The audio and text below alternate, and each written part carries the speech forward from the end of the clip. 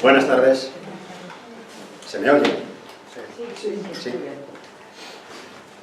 Bienvenidos al Centro Asturiano a pesar del fútbol. Vemos que hoy Víctor tiene un rival muy poderoso que es la selección, que juega en Wembley y que todos los españoles quieran verla, incluso los no aficionados. Entonces estamos aquí los que somos fieles a la cultura, no precisamente a la cultura del fútbol, porque hoy Víctor Manuel Robledo nos presenta un libro referido a Tarango. Los más viejos lo conocíamos muy bien, los jóvenes a lo mejor ya no sabéis ni quién fue. Bueno, Tarango, y el título es eso, Tarango, vivir, es atacar en cada paseo, en cada cuesta. Es este hermoso libro, que tiene unas cuantas páginas y pesa, bueno, en la mesa además del autor tenemos a Luis Pasamontes, es coterráneo mío de Cangas de Narcea, es un ex ciclista profesional, un gran ciclista profesional era, ahora pues se dedica a otras cosas, a otros menesteres. A su lado está Eri Frade, un apellido muy asturiano, que es periodista especializado en ciclismo, claro está, no puede ser de otra manera, de la cadena COPE. A su lado está Marta Tejerina, Marta López Tejerina, ¿no? Sí. Periodista y que es la presentadora del autor. Por eso yo no me siento, porque así desde allá abajo les pongo las faltas adecuadamente, al lado a lo mejor no me... Bien, y entonces mi misión aquí no es más que daros la bienvenida, que os encontréis como en vuestra casa, y presentar a la presentadora. Una chica guapa, a la vista está, y ahora voy a decir algunas cosas más que me las han chivado, vamos a ver si me las han chivado bien o hay alguna errada. Marta es periodista, nacida en Oviedo, vive en Gijón, responsable de comunicación de la Fundación Alimerca, y en su eslogan dice viajar para contar. En la trayectoria profesional ha estado vinculada a la información deportiva, pero le interesan muchas otras temáticas, especialmente todo lo que tenga que ver con las artes, música, literatura, cine, fotografía. Su experiencia le ha permitido conocer y aprender el funcionamiento de todos los tipos de medios de comunicación, prensa escrita, radio, televisión, internet, por lo que se encuentra capacitada para trabajar en cualquiera de estos soportes. Es una periodista polivalente, le encanta su trabajo, estupendo, qué suerte, y se adapta fácilmente a las exigencias del puesto a desempeñar. Enhorabuena.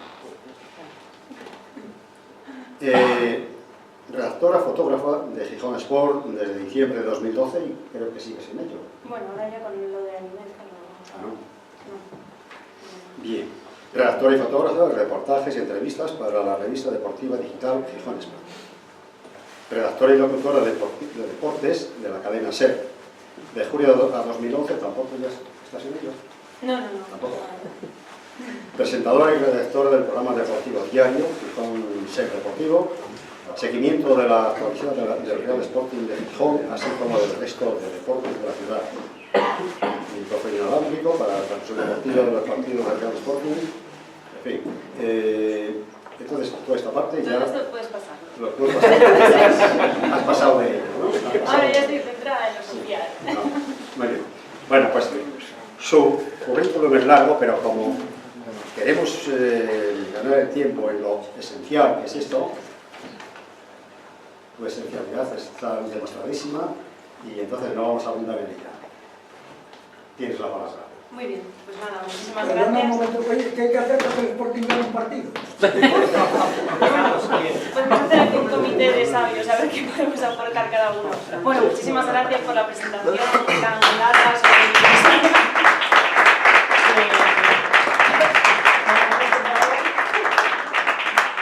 aquí el protagonista hoy es aquí mi amigo Robledo. Nada, yo simplemente dar las gracias al Centro Asturiano de Madrid, una vez más, porque es el segundo libro que presenta aquí Víctor. El primero fue hace 2 años y medio, puede ser, o 3 ya, sobre el Real Sporting, precisamente. Y bueno, ahora estamos aquí. Bueno, Sí. si dices el título, seguro que se acuerdan de él perfectamente. Sí, Bufandas al cielo, historias del Sporting de siempre. Lo dicho, gracias por la hospitalidad y por estar aquí una vez más. Y nada, ya bien presentados a las personas que me acompañan: Luis Pasamontes, ciclista profesional, asturiano y embajador de Asturias ahí donde va, así que gracias por acompañarnos hoy. Eri Frade, periodista compañero de la cadena COPE, especialista en ciclismo, que seguro que nos puede aportar mucho sobre todo lo que vamos a hablar hoy aquí del Tarangu, y a mi derecha el autor del libro, Víctor Manuel Robledo.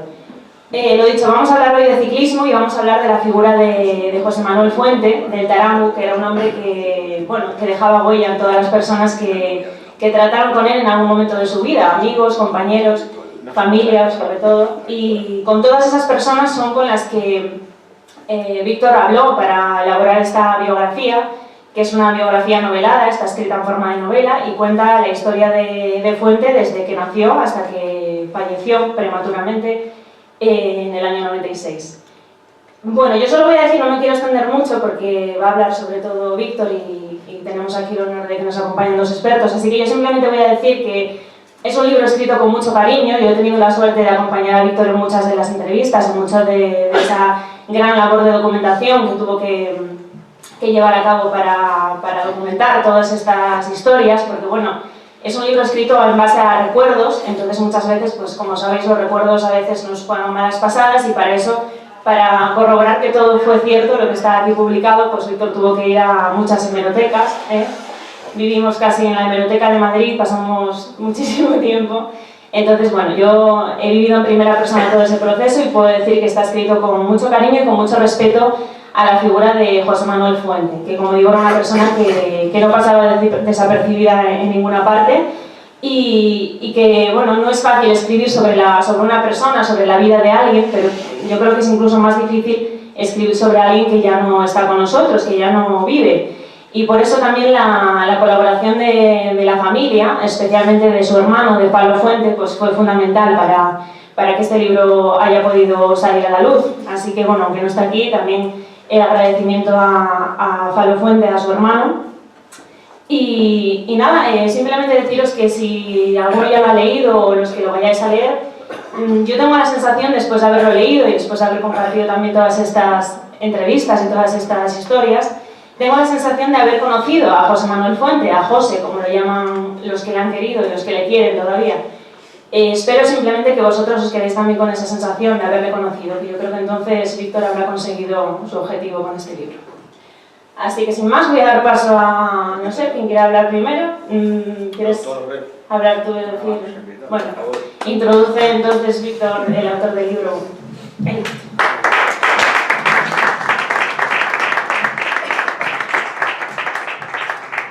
Hola, ¿qué tal? Buenas tardes. Lo primero, gracias a todos por venir. La verdad que estuve todo el día pensando que no iba a venir nadie, y lo sabe bien ella, y veo que hay mucha gente y eso me llena de orgullo y de tranquilidad. Mitad y mitad. Tampoco sé muy bien qué rollo soltar, porque soy más de que me hagan preguntas y contestarlas, pero bueno, como últimamente me han hecho algunas entrevistas y sé más o menos lo que le puede interesar a la gente, os voy a explicar un poco cómo surgió la idea del libro y cómo lo he ido desarrollando. Yo nací en el 84 y la primera vez que oí hablar de Fuente fue en el 96, cuando murió. Coincidió con el famoso sexto Tour de Indurain que no pudo ganar.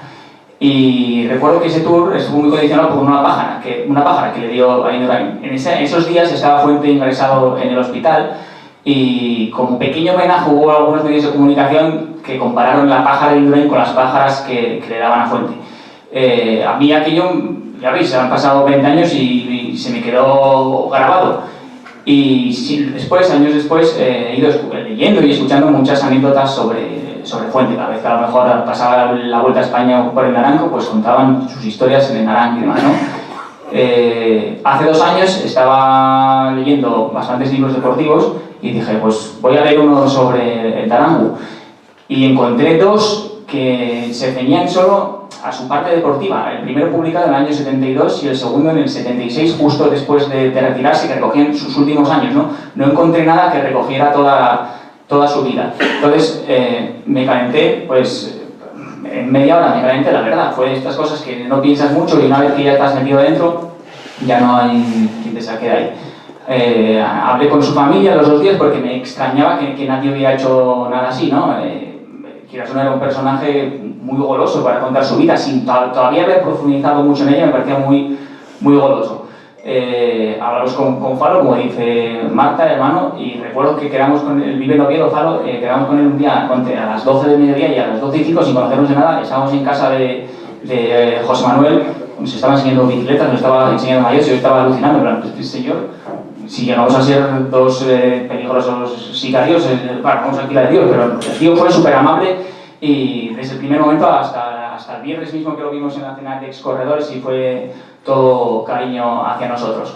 Como dijo ella, la documentación ha venido por 2 partes, ¿no? Por una parte la hemeroteca y por otro testimonios de gente que lo conocía. En total hablé con unas 40 personas, entre excompañeros, familiares, directores, rivales también, porque no quería solamente la parte, digamos, de su parte, ¿no? Que quería conocer también la otra versión. Y bueno, está el libro estructurado en 5 partes. La primera recoge su infancia, ahí en Limanes, un pueblo de Asturias, muy cerca de Oviedo. La segunda abarca desde el primer día que empieza a montar en bicicleta hasta que ficha por un equipo como profesional. Luego está la parte central, que recoge su carrera deportiva, una carrera deportiva muy corta, de solamente 5 años, por una dolencia, una enfermedad que abarca la cuarta parte, ¿no? La enfermedad que le impidió continuar en activo. José Manuel, cuando se retiró, tenía 28. Hubo un periodo ahí, ¿no? que estaba retirado oficiosamente, pero todavía no oficialmente, pero bueno, se retiró con 28 años. Creo que esa es la parte más, o a mí la que más me llenó a la hora de hacer, más que nada porque creo que es donde queda un poco claro, siempre queda un poco en el alambre por qué José Manuel Fuentes había retirado, o esa impresión me dio. Entonces creo que con las personas con las que hablamos, creo que tenían bastante peso a la hora de explicar qué pasó para que Fuente, un tipo en su plenitud, tuviera que retirarse con solo 28 años. Y luego la parte final que recoge, bueno, pues sus últimos años de vida, bueno, no sus últimos, ¿no? Las 2 últimas décadas, desde que puso su tienda famosa de deportes, que seguro que alguno aquí ha comprado alguna vez en Oviedo en Deportes Fuente, era una tienda muy... Ella compró en Deportes Fuente, por ejemplo, yo no. Cuando dirigió al equipo Class y bueno, ya cuando finalmente falleció. En cuanto a la hemeroteca, recuerdo, como bien decía ella, que aquí en la hemeroteca central, Hemeroteca Nacional, eché horas y horas con el Marca, con la Nueva España, no sé, había un montón de revistas. Luego también en Gijón tiramos mucho del diario Voluntad, que es un diario que luego absorbió la Nueva España, también, como dije, la Nueva España. Y bueno, de hemeroteca a lo mejor tenía, no sé, pues eran unos tacaos así, que yo cada vez que los veía adelante me ponía mal porque yo iba quitando, ¿no? Según iba avanzando iba quitando y aquello a lo mejor bajaba un folio por día. Pero bueno, fue año y medio complicado porque el avance fue muy lento, pero a mí tengo que decir que a día de hoy me enorgullece haber conocido o profundizado en la figura de Fuente. Creo que es una figura que está un poco en el olvido, un poco no está en el olvido, ¿no? Pero bueno, que creo que tendría que tener más reconocimiento del que tiene, y ya no solo por el palmarés, sino por la personalidad, ¿no? Con cualquier compañero con el que hablabas, con sus directores, todos decían que un tipo como Fuente hoy no había dinero para pagarlo. Era pues el primer ídolo que hubo en el deporte asturiano, sin duda, y a nivel nacional también era un auténtico referente. Así que me siento un privilegiado por haber podido contar esa historia y por haber podido conocer a la gente a la que conocí con esto. Ha sido año y medio, pero como digo, muy bonito. Y bueno, he invitado a Eli y a Luis, que los he conocido hace media hora. Bueno, sí los conocía, a Eli de verlo a lo mejor en la vuelta, nunca había hablado con él, y a Luis de correr en su marcha cicloturista. Fui a rueda de 15 metros, pero los recuerdo, sí, lo recuerdo perfectamente, y bueno, para mí es un honor que hayan venido y quiero darles las gracias por estar hoy aquí conmigo. Y ahora, bueno, les voy a ceder la palabra a ellos y que os cuenten lo que les parece el libro, espero que hablen muy bien. Y luego, si alguien quiere hacer alguna pregunta o algo, pues estamos abiertos a hablar de cualquier cosa menos del Sporting.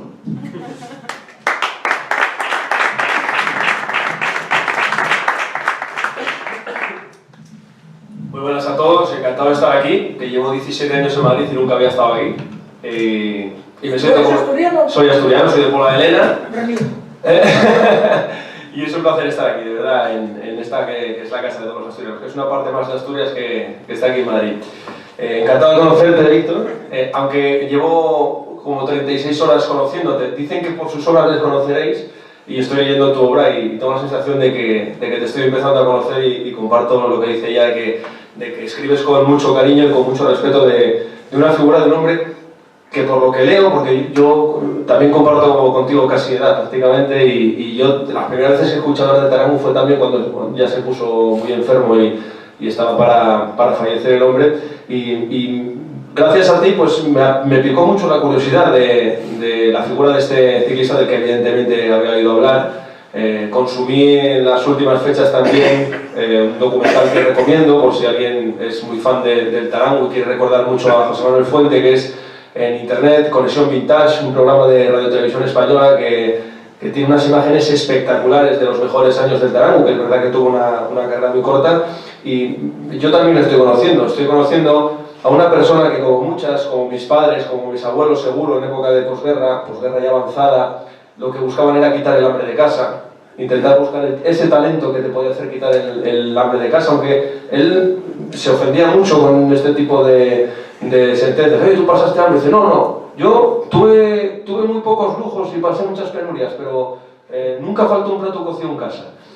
Eso le ofendía mucho. De hecho, cuando él empezó a triunfar, los periodistas, género humano con el que Fuente no se llevaba especialmente bien, tendemos a ensalzar la figura. Y más en aquellos años en los que todo era un acto de fe. El periódico era un acto de fe, creerse el periódico era un acto de fe. Igual que ahora mismo la radio también es un acto de fe para que no esté viendo un partido, pues por aquel entonces ya era la Intemperata, porque ya la radio iba a posteriori, porque no había transmisiones en directo. Quizá la última parte de su carrera sí.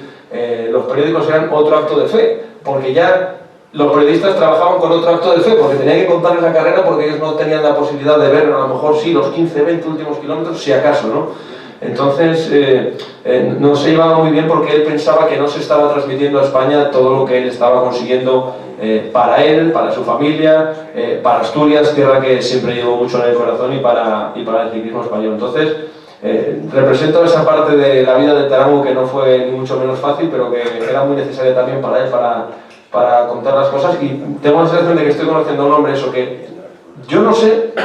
Y es una pregunta que te lanzo ahí para cuando quieras retomar esto, si quieres convertirlo en una mesa redonda.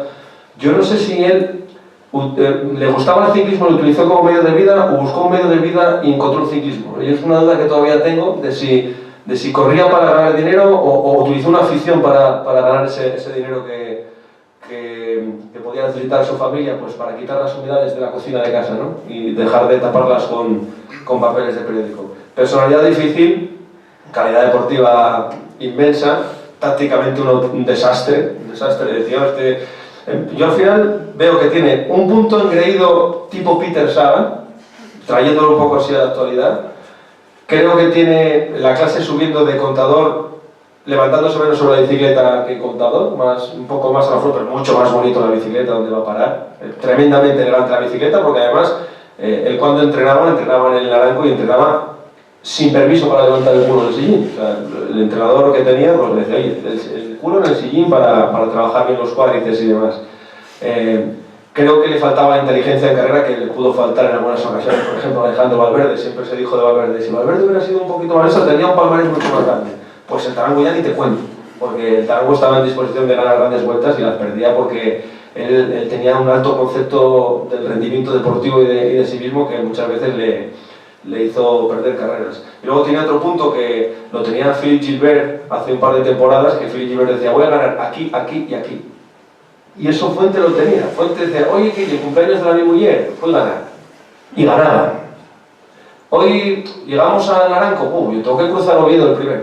Y cruzaba Oviedo el primero, y ganaba en el Naranco. Eso es dificilísimo de hacer. Y más con los tíos con los que peleaba ya en aquella época, con los Ocaña, Mers, Simón y compañía. Es una figura muy especial, tremendamente especial, y yo ahora mismo que tengo el libro ahí, voy a entrar en la última parte de su carrera deportiva, pero no lo terminé el libro, y yo ahora mismo me estoy preguntando, que eso no me lo destripes porque solo quiero leer, ¿cómo carajo este tío, con lo desastre que era tácticamente en carrera, se metió de director deportivo? O sea, era increíble, increíble, pero bueno, supongo que por aquel entonces, ya llegaré, Clas lo que buscaba era una gran figura del ciclismo asturiano para lanzar ese proyecto, y evidentemente el ciclismo en Asturias en aquel entonces era José Manuel Fuente, luego ya vino Samuel Sánchez, y esperemos que, por ejemplo, llegue Iván Cortino, ¿no?, para seguir con la tradición de ciclistas asturianos. Y pues mira, Samuel Sánchez por lo menos está intentando devolver algo al ciclismo a través de La Tierra, que es una academia de ciclismo que se llama MMR, en la que está intentando llevar por el buen camino, en todos los caminos, que hay muchos. El ciclista es mucho más que un tío que da pedales, lleva una marca en el pecho 365 días al año, 24 horas al día, y eso también lo están aprendiendo allí, pues para intentar seguir echando raíces en un deporte que en Asturias tiene un seguimiento bestial. La Vuelta a España no se entiende sin la parte asturiana, porque, ¿qué le voy a decir yo? La tierra más bonita que hay, también para andarla en bicicleta. Y nada, me quedo con ganas de que me cuentes eso, porque no sé si lo explicas más adelante en el libro, creo que no. Yo de verdad que tengo esa duda de saber qué fue primero, si el amor por la bici y luego dedicarse a la bici, o si vio que él podía tener cualidades para andar en bici. Empezó con la bici. Sí, lo explicaré en un momento. Sí, por fin. Lo comentaba en alguna de estas entrevistas que encontré así de casualidad buscando en la hemeroteca. No sabía montar en bici y un amigo lo llevó un día. Él iba para boxeador, se había apuntado en un gimnasio para boxear, y de camino al gimnasio se encontró con un amigo y dijo: ¿para qué vas a ir a boxear? Ven a montar en bici. Y dice que desde ese día sintió como una pasión por la bicicleta que no podía controlar, y estaba todo el rato pensando en el ciclismo, en leer crónicas de periódicos de Bamontes. Y bueno, es más, como habrás leído, con el padre tuvo más de un disgusto porque el padre no probaba. Quiero decir, como decía él, una familia con bastante escasez, y decía: mira, céntrate en lo que te tienes que centrar, en ayudarnos aquí en el campo, y dejar la bicicleta, porque no vas a llegar nunca a nada con eso. Entonces, bueno, él se rebeló un poco contra esas palabras del padre, y bueno, le salió bien. Y luego, en cuanto a lo de director deportivo, cuando se retiró, yo no sé si recogió alguna declaración suya justo al retirarse, pero bueno, echaba pestes contra el mundo de los directores deportivos. Decía que él jamás sería director deportivo, que nada de director deportivo, porque ya había rumores de que, ya en el año que se retiró, había un rumor de que podía dar directamente el salto a la dirección deportiva. Y decía que nada de eso, y 3 años después empezó a trabajar con críos. Era un hombre también contradictorio, ¿no?, porque te decía blanco, pero 5 minutos después te decía negro y negaba que había dicho blanco. Pero bueno, siempre sin maldad. La conclusión a la que llegué era que cambiaba su opinión con facilidad, no que te estuviera mintiendo, vamos. Y ahora yo le paso aquí el micro a Luis Pasamontes, como hago muchas veces, porque es comentarista de la cadena COPE de ciclismo, y llevo 10 temporadas y lleva 3, esta es la tercera que has hecho conmigo, ¿no? Y fíjate, antes decía Víctor que José Manuel Fuente ahora sería impagable. Yo creo que ahora mismo, tal y como se corre hoy en día, no podría correr sería muy difícil que corriese, porque estamos en el ciclismo de los vatios, de mirar ahí un ordenador que te digas y tal. Y este decía: voy a atacar. Oye, tú, que quedan 190 kilómetros. Que estoy bien. Entonces, yo creo que ahora mismo lo tendría muy difícil. Subiría como nadie, sí, pero claro, el ciclismo de hoy en día es muy difícil de ver, y yo creo que lo que más se le acerca, que va a dejarse también a lo que era Fuente, quizá era el Chava, ¿no? El Chava Jiménez, que era de estos que se iluminaban de repente y que te daban una etapa, perdía 25 minutos al día siguiente y podían ir por ahí los tiros. Y tú lo que quieras. Bueno, pues nada, lo primero, muchas gracias, Víctor, por la invitación. Cuando me habló de ciclismo y de Asturias, yo ya había estado aquí, en la presentación del libro del Clas concretamente, y bueno, no lo dudé, ¿no? Además, estoy leyendo el libro, perdón, todavía no he terminado de leerlo. Empezábamos hablando y mezclando fútbol y ciclismo, y yo tengo una anécdota de Fuente. Cuando yo tenía 14 años aproximadamente, no recuerdo muy bien, entre 13 y 14 años, allí en la Casa de la Cultura, en Cangas de Narcea, pues anunciaron una charla de deporte. Estaba Eugenio Prieto como invitado, el que era presidente del Real Oviedo, y José Manuel Fuente el Carango. Yo evidentemente fui a ver a Fuente, ¿no? Y fijaros que cuando haces regresiones al pasado, pues te quedas con cosas esenciales, ¿no? Y yo aquello lo recuerdo toda mi vida, no sé por qué. De Eugenio Prieto recuerdo que dijo concretamente que, bueno, que él estaba muy involucrado en el ciclismo base, o sea, en el deporte base, y que seguía en concreto a un chaval que jugaba en Arcea, se llamaba Héctor y era un gran portero, y Héctor jugaba como delantero. Aquello me quedó grabado porque entendí que, bueno, que muchas veces se mentía, ¿no?, ante los micrófonos para quedar bien. Y de fuente recuerdo que, bueno, que alguien del público lanzó una pregunta y le dijo, bueno, Tarango y tal, es una persona que muy acostumbrada a pillar grandes pájaras, ¿no? ¿Cómo interpretas eso? Y él dijo, bueno, las pájaras que yo pillo son cuando voy escapado y en cabeza de carrera, y pillarlas ahí es bueno, lo malo sería si las pillar la cola de pelotón o descolgar, ¿no? O sea, para él aquello era algo normal. Como bien dice él, yo soy de un ciclismo más moderno. Yo ya empecé en categoría cadete con pedal automático y los cables por dentro de las manetas, como solemos decir los ciclistas, no conocí los rastrales. Y también coincido con él que vi el programa Vintage, ¿no?, que hizo Paco Grande, con el que además de vez en cuando comparto micrófonos y aprendo mucho al lado de él, y me gustó, ¿no? Me gustó no solo conocer un poco más de él y verlo en imágenes, ver cómo entraba el trapo a todos los periodistas cuando le picaban, que sabían hacerlo muy bien y además lo tenían muy estudiado y él no se callaba ni una. Y también, pues bueno, como comentabais, ¿no?, en aquella época, ahora que estamos con las tecnologías, con las biomecánicas y demás, pues era complicado ver a un ciclista que fuera guapo, ¿no?, por decirlo de alguna manera, encima de la bici. Llevaban el sillín para atrás, bajo, y pedaleaban a veces de una manera súper extraña, y él sí que lo hacía bonito.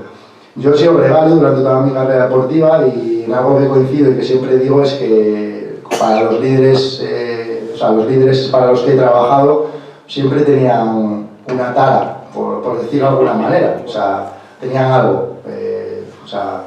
Alejandro súper despistado, Freire despistado, Indurain tranquilo, demasiado al máximo. O sea, son personas especiales, personas que son capaces, como dice el tópico, de lo mejor y de lo peor.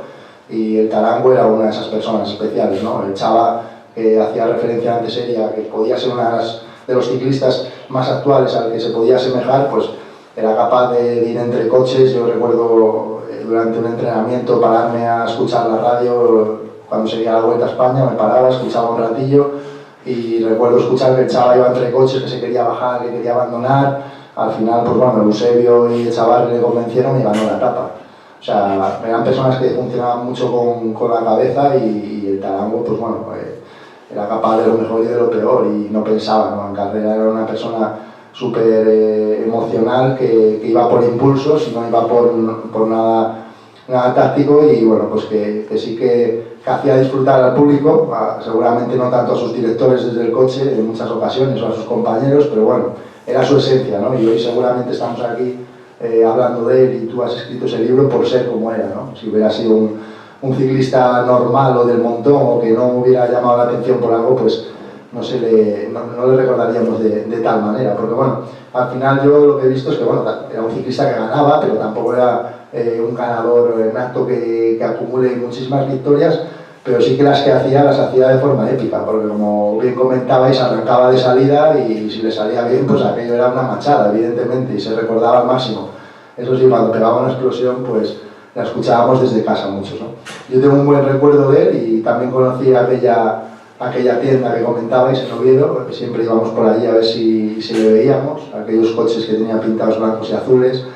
Y bueno, pues en Asturias fue un referente, fue un ciclista que todos los que estamos en el mundillo le recordamos y le recordaremos. Y bueno, estoy leyendo con mucho entusiasmo el libro, y tengo ganas de ir desgranando mucho más de él y conociendo más su vida. Y bueno, lo haces muy bien, no es porque estés aquí ni porque me hayas invitado, pero sí que recoges muy bien aspectos esenciales que cabe recordar, y bueno, seguro que voy a disfrutar con ello al máximo, y nada, pues un placer estar aquí, como he dicho.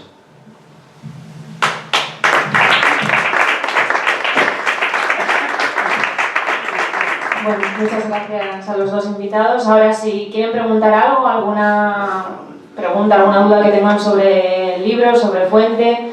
A ver, ahí Pablo Requejo, venga, dale. No, más que nada, en el año y medio que has tardado en escribir el libro, ¿cuáles han sido los mejores y los peores momentos que has pasado tú? ¿Puedo contestar yo? Los mejores momentos, pues no te sé decir, la verdad. El peor momento era cuando me atascaba y decía, yo paso de esto y no quiero saber nada, voy a dedicarme a otra cosa, que era todos los días. O sea, todos los días cuando me ponía delante del ordenador tardaba 2 horas en arrancar, porque no había forma. Ahora, me gustaba mucho conocer gente, ¿no? He conocido gente, yo que sé, Antón Barrutia, mítico director del CAS, para mí fue un honor estar hablando con él, o Nemesio Jiménez, otro corredor del CAS muy popular en aquella época. Estuve una tarde con él en su casa, que poco más y me quedo ahí a dormir. O sea, fui a las 4 y tuve que volver a las 10:30 porque salí el último autobús de su pueblo y no tenía sino en qué volver. La gente fue súper amable, todo el mundo al que le dije para que quería hablar con ellos, todo el mundo me dijo que sí. Y eso para mí fue muy satisfactorio. Ahora, momentos malos, sobre todo la sensación esa de que era muy lento, ¿no? Pero no hubo nada malo en realidad, porque es una cosa que hice voluntariamente y no se puede decir que fuera malo. Bueno, voy a decir yo cuando se despertaba por la noche soñando con el Tarán. A ver, vamos a ver, eso fue una vez a lo mejor. No fue tampoco todos los días. Yo no he sufrido, no, a ver. Él llevaba tal compromiso, ¿no? Adquirió con el personaje que yo creo que ese punto de sufrimiento de decir no quiero, no sé, defraudar, ¿no? a Fuente ni a su familia. Yo creo que un poco él no se atreve igual, pero esa responsabilidad, ¿no? de quiero estar a la altura de alguien que dejó el listón tan alto, ¿no? Entonces, bueno, pues un poco esa obsesión de hasta en los sueños pensar en él.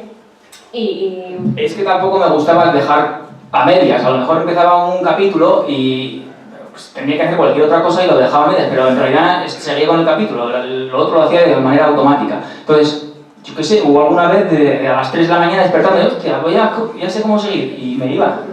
Eso lo has visto. Pero eso, no sé, tampoco es para contar aquí. Bueno,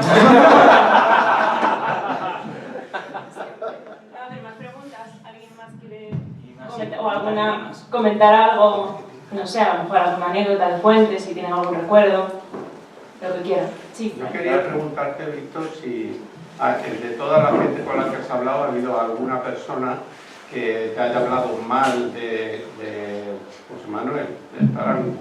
Y sí, porque bueno, aparte de que fuera desastroso y tal, yo creo que en el desastre llevaba un poco la virtud y un poco que nosotros estemos aquí ahora, ¿no? Hablando de él. Pues sinceramente lo que te digo, fueron más de 40 personas y no hubo nadie que me hablara mal. O sea, como mucho me podían hablar mal en cuanto a su manera de correr, no mal, sino que decían, joder, es que si ese hombre hubiera tenido un poco más de cabeza, habría llegado a mucho más, pero siempre lo hacían desde un cariño extremo.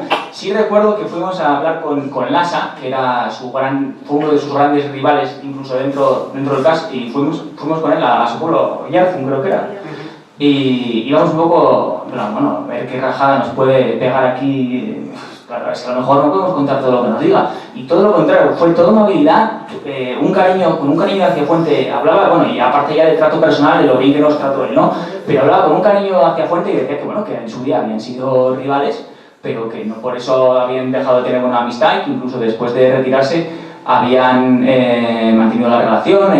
Lasa tuvo una marca de bicicletas y iba muy a menudo a Oviedo a tener negocios con Fuente. O sea, el punto a lo mejor crítico, digamos, testimonios, fue cuando fuimos a hablar con Lasa, pero fue todo maravillas. Y no es tampoco que intentáramos hacer un libro homenaje, o sea, sí que buscamos el contrapunto, ¿no? En cada historia, porque había veces que Fuente a lo mejor decían una cosa en el periódico, la referencia que tomábamos era el periódico, pero bueno, queríamos ver la visión del rival. Con Tamames también hablé y todos me hablaron muy bien de él, la verdad. Eso sí que me sorprendió para bien. ¿Cómo le trató el ciclismo desde que deja el profesionalismo hasta que se muere? En esa fase que lo pasó mal y tal, ¿tuvo algún apoyo del mundillo, tal? ¿O él estaba vinculado, aunque fuese sentimentalmente, o también se desconectó? ¿Cómo? Él cuando dejó el CLAS, lo del CLAS para él fue como una puñalada, porque para él el CLAS era un proyecto que le iban a hacer desde el principio, vamos. El CLAS como profesional lo dirigió un año, pero llevaba ya 4 o 5 vinculado a los cadetes y demás. Y eso sí que le dolió, y además fue en declaraciones en la prensa y demás, fue muy duro con los dirigentes tanto del equipo como con sus sucesores. Ahora bien, vinculado al ciclismo sí que siguió como comentarista hasta el último año, ya cuando enfermó y no pudo continuar. Era en Antena 3 Radio, ¿no? Estaba en Antena 3 Radio, también colaboraba con Marca. y en ese sentido yo creo que sí se sentía reconocido. Son muy célebres cuando había alguna carrera en Asturias, las comidas, meriendas, cenas que se organizaban en casa de Fuente, donde iba pues comentaristas, directores web, que habían coincidido con él como corredor, como por ejemplo, yo que sé, de Perurena, se juntaban allí alrededor de la mesa de su casa y a lo mejor parecían espichas asturianas, vamos, a lo mejor se juntaban allí 40-50 personas. Me contaban que incluso José María García aterrizaba el helicóptero al lado del hórreo, me lo contaban. Muy buenas tardes, sí. Y en ese sentido yo creo que él sí que se sentía querido por los...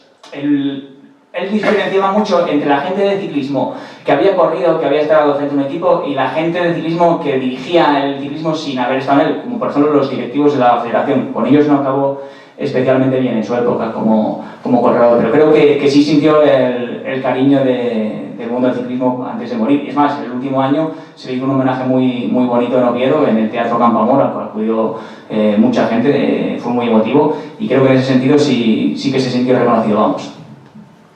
El Centro Asturiano le concedió el gallo de bronce. Nunca vino a recogerlo. Pues estaría ocupado, hombre.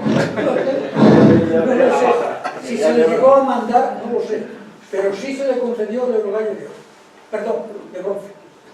Pues poco podemos hacer ya. No, ya nada, ya... El rogallo, Por ponérselo encima de las el rogallo tino ni es oro, ni es plata, ni es bronce. Se hace en bronce, pero no hay clases de rogallos. No hay metales diferentes. Es de bronce, ¿no? Sí, se hacen. Lo único que me equivocan es que era de oro, pero entonces no. Bueno, no sé si era una leyenda urbana o había algo de realidad. Se decía, se comentaba, que después de cada etapa él lo celebraba fumándose un puro. ¿Es cierto? No.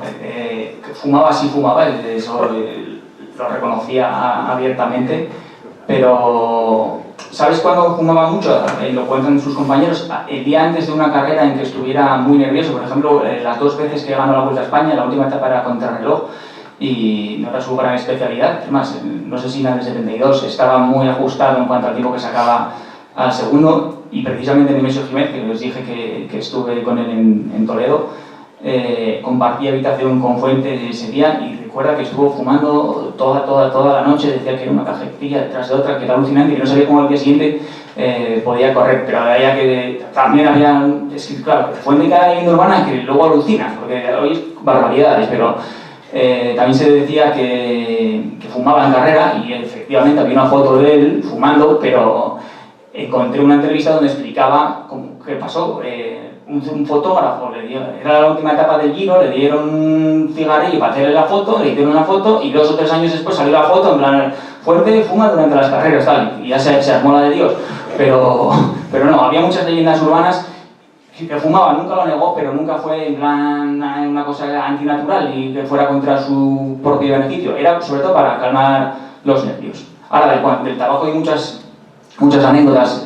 Hay una muy buena que con Dalmacio Langarica, claro, el director le tenía prohibido el tema del fumeteo, pero él se saqueaba y estaba en la habitación con un compañero después de una carrera, estaban esperando para meterse en la ducha y se puso allí a fumar, y le dijo al compañero: Fuente, no fumes porque va a venir don Dalmacio, que siempre viene después a ver cómo estamos, tal. Que le jodan a don Dalmacio, puede fumar, tal. Hasta que picaron a la puerta y Fuente, creo que la habitación era una marea que no se veía la puerta, así nos lo contaron, vamos. Total, que metió el cigarrillo en el cajón y claro, empezó en la mesita, empezó a salir humillo por allí, entró el director en la habitación y cuando vio salir humo de la mesita, abrió la mesita, vio el cigarrillo y encendió y le armó, bueno, pues se armó la de Dios allí, y luego claro, tuvo que recular, pero bueno, con lo de fumar sí que tuvo alguna discusión con los directores, pero lo que te digo, que no era un fumador compulsivo ni muchísimo menos. Y cuando se retiró, por ejemplo, lo dejó durante varios años, lo de fumar. No sé si habéis leído el libro Alpe d'Huez. No. Es un libro de un ciclista, no, era porque que decían que se podía estar inspirado en la visión de él, que es un ciclista que se escapa llega al Alpe d'Huez, se escapa, hace 195 kilómetros solo, y llega a ver ahí, y en algún sitio leí que estaba inspirado ¿El mío? No, ha inspirado en la figura de... Pues no tengo ni idea, ¿verdad? No lo sé. Yo creo que se ha inspirado más bien en Delgado. En Perico. Pero vamos, el libro es muy... Perico se escapó.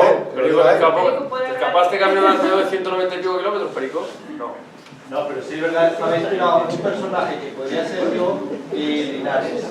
Igual que hablé con el autor, ¿no? Digo, el autor, estuve ahí, me escribí un poquito y era un poco lo que ha dicho Fernando, un poco mi perfil, pero una tipología diferente y en ese aspecto también tenía reminiscencias de fuente. Pero sí.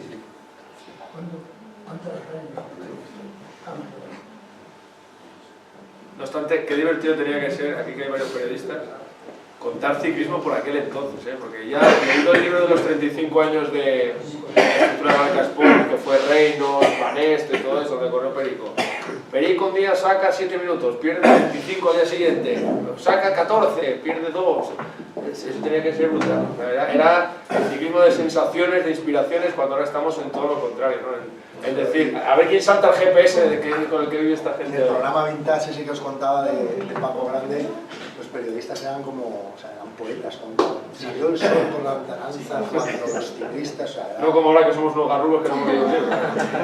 Lo que le pasaba a Perico es que no era amigo de José María García. ¿Verdad, Perico, que no? Bueno, queremos dar las gracias a Perico Delgado por haber venido, que la habíamos invitado, que estuviera aquí sentado y tenía otro compromiso y ha venido, aunque sea tarde, está aquí con nosotros. No sé si quiere subir y compartir con nosotros algo, porque la gente seguro que quiere preguntarle.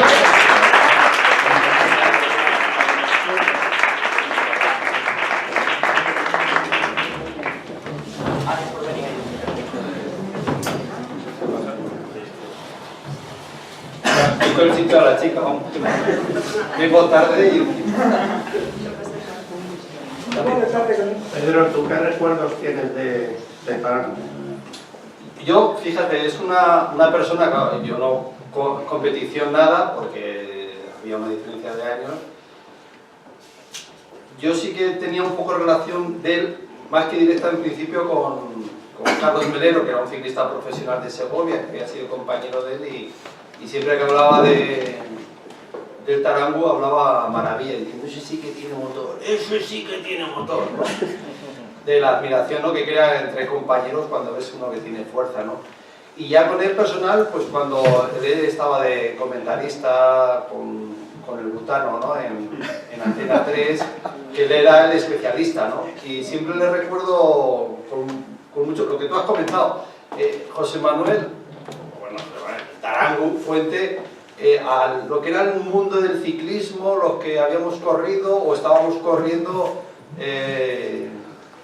se le cambiaba la cara, o sea, tampoco se dedicaba a dar consejos, se dedicaba simplemente a decir, tu ánimo, tienes que aprovechar ahora, tienes que tirar para adelante, ¿no? Siempre muy, muy positivo y yo lo recuerdo bien, ¿no? Y luego, lógicamente, pues, porque siempre he tenido una gran afinidad con Asturias y Asturias conmigo, pues lo que has comentado de las cenas que hacía, sobre todo cuando llegábamos con la Vuelta a España, yo ya estaba con Televisión Española, pues disfruté una cena que empezó a las 8 y no me acuerdo que no salimos de allí, pero la verdad es que rezumaba energía, ¿no? Y eso que él ya estaba bastante enfermo, ¿no? Había pasado ya una de sus crisis, luego se recuperó de esa y bueno, de otro que yo le hablaba y que sobre todo también porque es de la tierra y le tenía un cariño muy especial, era Pedro González, ¿no? Como decís vosotros ahí, eran unos buenos paisanos, o sea, que eran unos paisanos que te captaban, te enganchaban, ¿no? Por su manera de concebir la vida, el deporte o la profesión, eran gente muy, muy sana y bueno, yo creo que lo bueno de Fuente, que yo creo que habéis comentado aquí, es que no solo es que hacía un ciclismo de ataque y le gustaba morir con las botas puestas, ¿no? Por eso también, a lo mejor muchas veces no ganó otras, ¿no? Pero de ahí como enganchó en Italia especialmente, ¿no? Más que incluso aquí en España, ¿no? Yo creo que lo que ha comentado ahora Pasamontes, el vintage que se hizo de él en Televisión Española en Teledeporte, comentaban muy bien, ¿no? No sé si era, creo que era Melero, cuando contaba diciendo, yo recuerdo ir a una carrera, una clásica de estas en Italia, estaba allí Gimondi, todo el mundo con Gimondi, de pronto aparece Fuente y Gimondi que nosotros queremos estar con Fuente, ¿no? Eso es un reflejo de que él tenía un concepto del ciclismo muy diferente al que hay ahora y que enganchaba más. No era tan fructífero para él personalmente, pero que era un auténtico crack. Y en ese aspecto, bueno, felicitar a Víctor y por su trabajo. Todavía no he empezado el libro, pero bueno, tengo ahí... luego la felicitación. No, hombre, pero a cualquier cosa, a todos los que nos gusta el ciclismo es un placer, ¿no? Y sobre todo de una figura como es él, ¿no? Claro, ahora estoy atando cabos mentales. Yo trabajé con Linares unos cuantos años, el tiempo que estuve en la cadena SER, 3 años haciendo todas las vueltas, y él me decía, cago en 10, no conozco un asturiano que esté bien de la cabeza. Sois todos más majos que la hostia, abrid las puertas de casa, siempre hay una cama para dormir allí, pero estáis todos con un golpe que mete miedo. Dice, me lo vas a decir a mí que estuve con Fuente. Claro, la cantidad de veces que le sacó Linares las castañas del fuego a Fuente, ni te lo puedes imaginar, porque Linares era un rodador y si algo hacía mal Fuente, aparte de relojear, era rodar en el plano. Y Linares pues abría el gabán y se lo metía, no, Linares alguno más, pero Linares... Todo el mundo habla con mucha admiración de él, de estas cosas que se suelen decir de los genios, ¿no? De qué raro era, qué bueno era, y todo el mundo, Mínguez habla muy bien de él también, pero bueno, sin esconder sus rarezas que las tenía que tener. Lo que todo el mundo a mí me ha dicho, quien realmente era más afín a él era Nemesio Jiménez, que es el que le conocía, que compartían habitación casi siempre con Nemesio. Sí, con Nemesio y con López Carril. Con el de Tres. Yo con Nemesio, bueno, fue director mío en Alcosto, y los viajes que hacíamos a correr Copa España, País Vasco, nos montábamos, me recogía aquí en Madrid y le decía, empieza a contarme historias de Fuente y vamos hasta País Vasco dando ahí a la lengua porque había muchas y muy curiosas. Pero no sé si lo habéis comentado aquí, pero bueno, eso se decía en el reportaje que se hizo en Teledeporte, pero que luego todo lo que era afable cuando estaba metido en carrera era, como decía, le venía la luna. Sí. Lunático y no hablaba con nadie, o sea, no tenía amigos. Eso les pasa a todos, te pasaría a ti también cuando estabas... No, pero era para evitarlos a vosotros con los compañeros, era un mexicano, pero con los periodistas no. No, pero él con los compañeros, con todo el mundo, se aislaba y la voy a armar, cago en mi madre, la voy a armar y empezaba a coger la cajetilla y pues descansa, no, déjame, y no hablaba con nadie. Y cuando le veían así, le dejaban, ya sabían que al día siguiente... Bueno, bajaba a desayunar. Sí. De toda la gente con la que hablamos hubo varios que se emocionaron al recordarlo, vamos, pero de echarse a llorar incluso. Nemesio, por ejemplo, contaba muy emocionado, esto ya es a nivel personal, a Nemesio le hicieron un reconocimiento en Toledo, allá por el 90, si fue murió en el 96, pues enero del 96, una cosa así, vamos. Y Fuente estaba muy fastidiado de salud, andaba con sesiones de diálisis y demás. Y salió de una de esas sesiones que te dejan destrozado, pidió al hermano que lo llevara a Toledo, lo llevó a Toledo, prometió un discurso dándole las gracias a Nemesio, porque decía que por corredores como Nemesio, corredores como Fuente podían triunfar, que si no el gregario sería imposible, y se volvió a Asturias, y Nemesio eso se lo agradeció y se lo agradece. Bueno, lo que os digo es que recordándolo se echaba a llorar, que es un detalle que trasciende más allá de cómo fuera como deportista demuestra que era un paisano, ¿no? Como decimos por ahí para arriba. Era un paisano y era leal a sus amigos, y si un amigo suyo lo necesitaba, ahí iba a estar. Eso era algo en lo que incidía todas las personas con las que hablábamos. Sí, hay una anécdota que no salió en el programa este, porque al final se grabó muchas cosas, pero Melero contaba que fueron creo que era la subida a Arrate, que entonces subida a Arrate era una parte... subir a Arrate. La subida a Arrate, pero... Sí, subir, pero bueno, se subía primero en línea y luego se subía en contrarreloj. Pero a lo que me refiero que era una especie de carrera de exhibición, que iban los corredores, los buenos, iban con un fijo de salida, ¿no? Y está mal porque yo tampoco lo quise sacar, aunque luego al final no se sacó porque ni me consultaron, pero yo creo que hay que tratarlo con un poquito de cuidado porque al final ofendes, ¿no? Pero entonces estaba en el equipo Lasa, estaba Fuente, estaba Melero, yo creo que estaría Nemesio, había 4 o 5 Y entonces cuando estaban allí en la mesa, después diciendo, bueno, vamos a poner todos los sobres que hay, los sobres con el dinero encima de la mesa. Y vamos a repartirlo. Y Lasa dijo, hombre, ¿cómo vamos a repartir? ¿Cómo que vamos a repartir? Pues hay que repartir, no hemos venido aquí, estos están todo el día trabajando por nosotros, no sé qué. Hombre, ya, pero es que esto es un fijo que nos dan a las estrellas, ¿no? Aquí no hay estrellas ninguna, aquí todos somos ciclistas. Y le obligó a Lasa a hacer ahí un... Sí, a repartir, decían ¿no? que era súper desprendido ahora de, de las primas y demás. Es un deporte muy peculiar el ciclismo, para las filias y las fobias cambian de un día para otro. Los mismos que te sepultan un día son los que te pueden salvar el pellejo al día siguiente. Tratas muy bien cómo salen las cosas en carrera. Oye, si tiras tú para quitar esto, te suelto no sé qué de aquí a que acabe. Pues esas cosas existen, es un deporte muy peculiar. Pues es tan peculiar que hasta se admite con cierta normalidad, hombre, que se haga público y notorio, no, pero se admite con cierta normalidad que hay este tipo de conchaveos entre equipos, entre coches, yo te llamo, tú me llamas, hoy tiras tú, y cuando no lo sé también dicen, jolín, el Movistar, ¿por qué no hay un conchador? Eso es a veces para te beneficia y a veces te perjudica. Claro, eso es yo siempre digo, son las alianzas que hay en carrera. Un día tu enemigo es un amigo, como otro día el enemigo son todos. Pero bueno, pero en ese aspecto todos eran el mismo equipo, ¿no? Pero sobre todo Lasa, y siempre ha hablado bien de Fuente, ¿no? Ese día le molestaría porque, yo qué sé, si tenía un piquito ahí que tenía extra, lo va a repartir, pero vamos, también entendió que era así, ¿no? Pero vamos, que en ese aspecto, lo que tú dices, Fuente era muy desprendido, diciendo, aquí todos por igual, ¿no? Bueno, era un personaje. Perdió carreras por ir a ayudar a compañeros gregarios, o sea, es que he perdido carreras por ayudar a gregarios, por pararse a mear, por pararse a poner una chaqueta, que a lo mejor le iba el mayor de manga, que le iba al director y le decía, Fuente, joder, espabila, y decía, hago mi madre, no me metas prisa, porque si no, marcho para casa. Entonces, si Fuente decía eso, era algo que dijera. Entonces, es que la verdad, escuchabas esas historias, que estas historias las contaban compañeros, en plan, es que yo no daba crédito a aquello, el tío decía que no y que no, o coger y las famosas pajaras, atacar a Rumba, Fuente desaparece. 3 kilómetros después, Fuente en la cuneta, que estaba allí hecho. Eso, así de veces, ya desde crío, hay 1000 anécdotas de él, es una vida de película, vamos. Es verdad que en Asturias se trata muy bien a los ciclistas. También me contaba Bamontes que la primera que fue a Asturias llevaba una bicicleta de hierro. Y entonces la cambiaron y decían, esta bicicleta se me rompe, esta bicicleta no subo, pero esta bicicleta no llevo corta, porque es de aluminio. Y el hombre decía, me lo contaba que muchas veces que venían.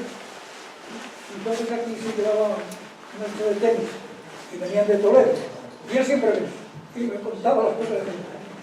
Me acuerdo hasta de cuando ganó el Tour de Francia. Digo, ¿te acuerdas cuando te mojaste que te comías una vaca? Y tengo muchas charlas con él. Y en Asturias siempre maravilloso. La muerte de Asturias, que todavía vive. La culpa son las faves, el arroz con leche, el señor como Y se me fue a la culpa es cuidarte, no la gente, es lo que hay.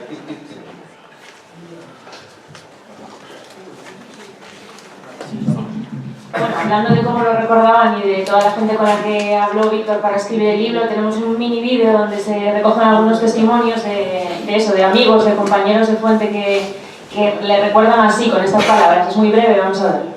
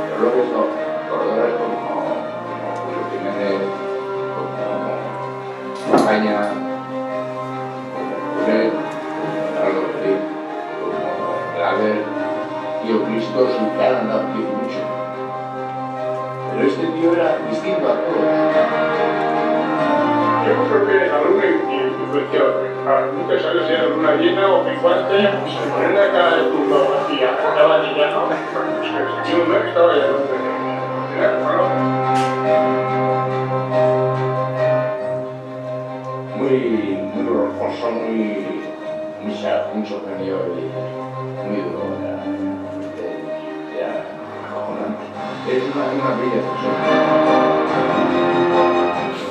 Corazón, tío, ya. Tenía una cosa que es importantísima la gente, y los deportistas, y el quizás el deportista o la persona que menos envidioso es el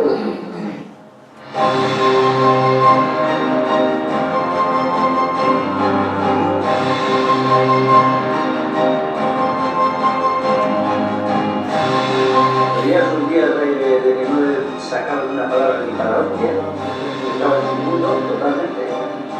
Y luego era una bomba, o sea, luego era ¡buah! Se desvivía por todo el mundo, por cualquiera, y cuanto más pequeño, más pobre o más, el tío ahí está. Eso era el corazón que tenía frente, no tenía nadie. Que fue un tío irrepetible también.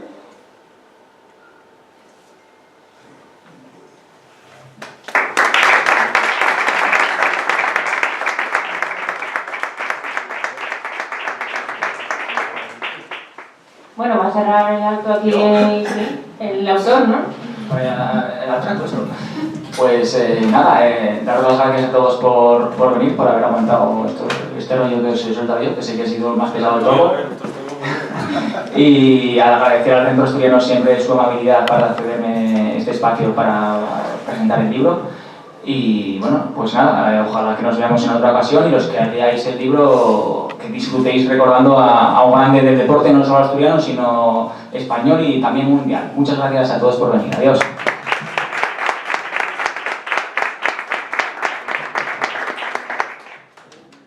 Bueno, muy bien. Enhorabuena por este trabajo. Muy bien las intervenciones de todos.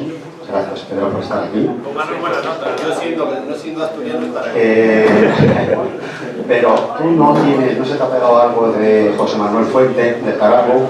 No había internet entonces, ni YouTube. Sí, algo tenía que haber, porque tú también tenías tus arranques de genio y de nervio.